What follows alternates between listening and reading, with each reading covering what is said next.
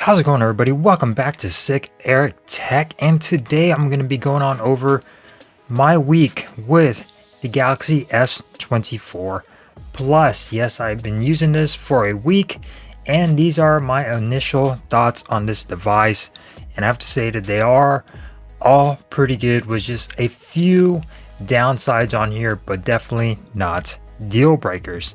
So very nice device. I'm definitely loving the S24 Plus more than I liked my S23 Ultra, just because the Ultra from last year came with 256 gigabytes of storage and only 8 gigabytes of RAM without Samsung telling us that, and I felt ripped off on that. And the phone didn't really, I don't know, it was fast, but I always felt like it could have been more. But other than that, it was still fast. Now we actually get 12 gigabytes of RAM on this model, and I have to tell you that it is a beast. So let's go ahead and continue on.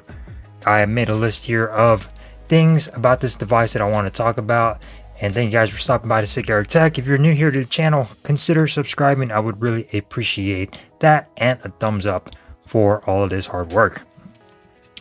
So going on over to the first one, we'll go ahead and move this up, is going to be performance on this guy. 12 gigabytes of RAM, like I said, Snapdragon 8 Gen 3 processor. This thing performs way smoother than my Galaxy S23 from last year, and I am loving it. There's no hiccups on here. Everything is so smooth with this high refresh rate. The Snapdragon processor is actually really cool. I have not really felt this phone heat up other than when I was setting it up initially when I first got it. So performance on here definitely top notch, and definitely a lot better than my Galaxy S23 that I had, S23 Ultra, by a lot. This thing is so smooth. You feel those extra gigabytes of RAM on this device. It is smooth, it is fast, it is a beast. At whatever you throw at it, this phone can handle it. It's very fast, and I'm definitely liking that over my Galaxy S23 Ultra. So you do not need to get the Ultra this time around. Just get yourself the Plus version and you should be good to go. Now going on over to the design and the color. I know color, a lot of people don't buy their smartphone just because of the colors, but I'm one of those people that if I see a smartphone in a nice color, I'm getting it no matter what it is. But the design and the color of this smartphone, this is the sandstone orange, one of the most unique, more elegant colors Samsung has ever put out on a smartphone, period. I don't know how it looks on the Ultra, but here on the actual S24 Plus, I love the copper railing on here. Now I'm trying to fix my settings on my camera right now to give you an accurate view of this coloration. It's a very hard color to film and to get accurately across to you guys to get an idea of the color of this guy. This thing is beautiful, one of the best. The rounded corners, way more comfortable than an Ultra would be with those sharp edges. It is a little bit lighter, a little bit smaller than the Ultra, not by a lot, but just enough to feel more comfortable and not as heavy than the Ultra model would feel on here. So that is definitely a plus in my book when it comes down to the Galaxy S24 Plus. So another reason is going to be, another thing that I like is going to be One UI 6.1 has to be one of the smoothest One UI updates that Samsung has ever been putting out. This thing is fast. The animations on here, absolutely fast. With everything that you do, it's so smooth. Samsung has really come a long way when it comes down to animations on their devices, like a lot. One UI 6.1 with all the AI stuff on here is actually really cool with the circle to search, which I have to admit, I really don't use any of that stuff on here when it comes down to the AI, but we'll talk about that in a little bit. I'm not going to focus on AI because I'm tired of hearing about AI. So as far as that goes, customization on this thing, as far as customizing the lock screen, you do not need good lock to do any of these things. It is awesome. Everything is built into your actual settings to customize, put frames on your screen to have your always on display look like an iPhone and actually have the wallpaper on there shining through which is actually really cool. I like to have this little frame at the bottom. That way it doesn't, light up the entire screen, just a little bit on the bottom. And all of that is built in with no good lock having to be installed. And the only thing I did install good lock for is going to be to hide your navigation bar down here at the bottom. But as you can see, circle to search still works on there. So that's one cool thing that you could do, is hide your nav bar at the bottom. So, but as far as in the past, when you had to download good lock just to get any of these features, Samsung built them in this time to One UI 6.1. So it's very nice. Customization on here has gotten way better. Battery life on here, all day battery life, hands down.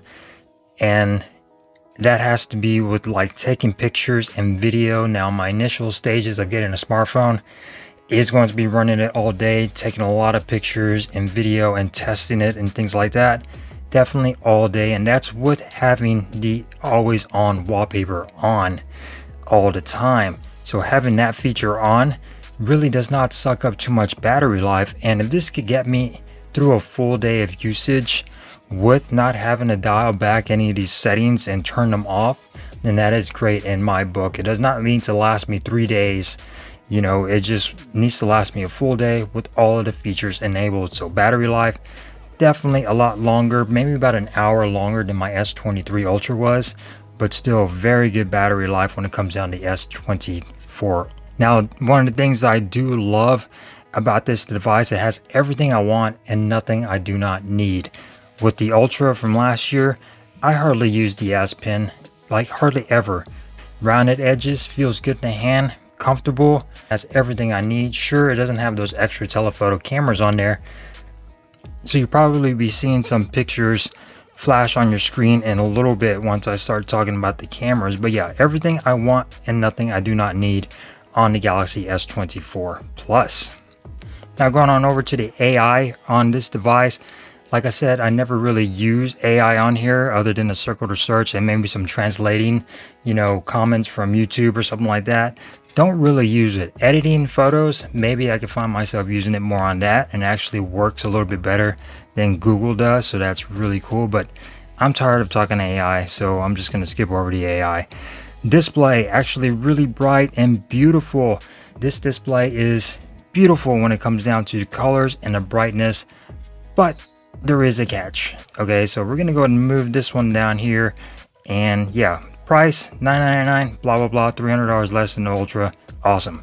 So the display, beautiful, but going on to things that I don't like on here is going to be that the display settings is broken to some extent. So when you go into display and you click on Vivid, natural and Vivid, hardly any bit of a difference when changing these modes around.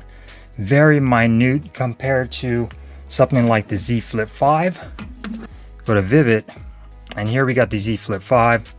You could tell the difference when swapping through the modes, like by a lot. Definitely tell it with the naked eye when you're switching through the modes on the Z Flip 5. The S24 series, can't tell. Is it on? Is it off? You cannot tell. So hopefully that gets fixed in a software update, and definitely will make this display a hell of a lot better than it already is. This display is fantastic. It is a 6.7-inch LTPO AMOLED display, 120 Hz, HDR10 plus, 2600 nits, 1440 by 3120. This thing is just as good as the Ultra. It's just that little setting for Vivid needs to be fixed, Samsung. It needs to come in an update fix. Other than that, this display is phenomenal. This thing gets brighter than any display I've ever had on a smartphone, hands down. Colors are still good, even though that Vivid setting is off. Colors still look good on here, so I'm not really mad about it. It's just going on my things that I don't like just because I feel like it has to. The phone needs an update in the camera department, okay? Yes, these cameras are really good. I'm gonna flash some camera samples on your screen, that way you can see exactly what this phone can do.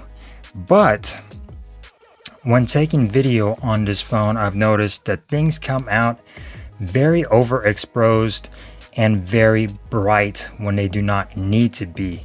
This thing needs an update severely.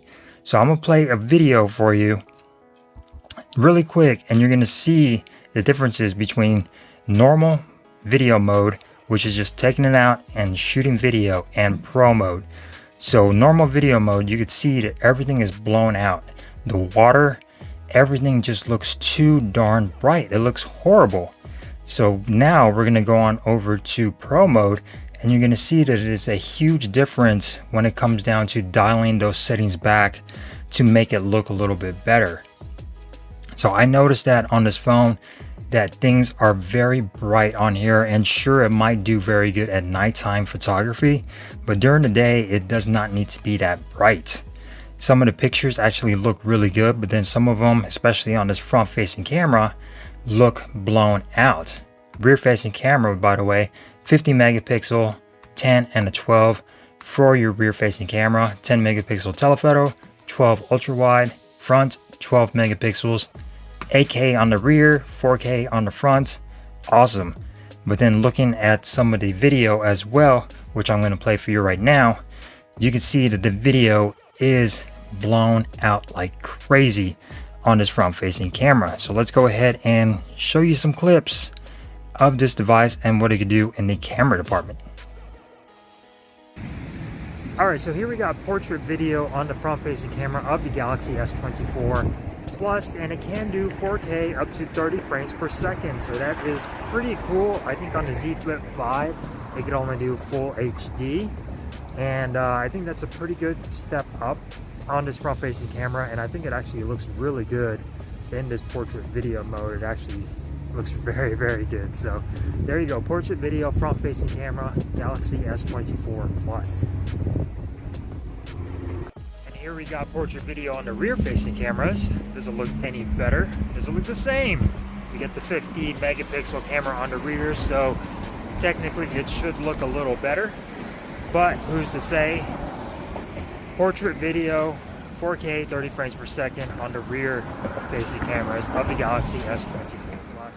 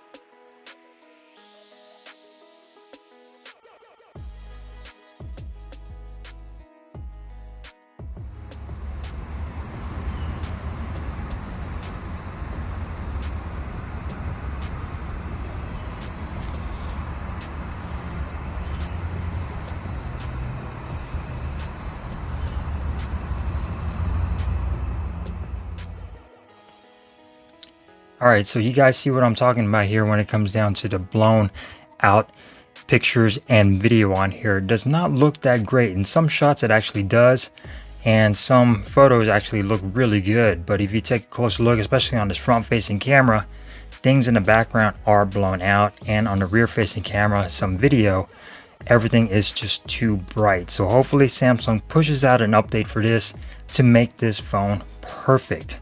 Those two little gripes are all I have to complain about the Galaxy S24 Plus. Other than that, this thing has been a beaut, a beast. Very, very nice. Love the color, love the build quality. Samsung knocked it out of the park this year with giving us an actual worthy Plus version of a Galaxy device. And save your money. Buy this over the Ultra. Buy this over the regular S24. Unless you want something smaller, you won't regret it. So that has been my full week with the Galaxy S24 Plus. If you enjoyed this video, give it a thumbs up. If you didn't, give it a thumbs down, and I will see you next time here on Sick Eric Tech. Peace.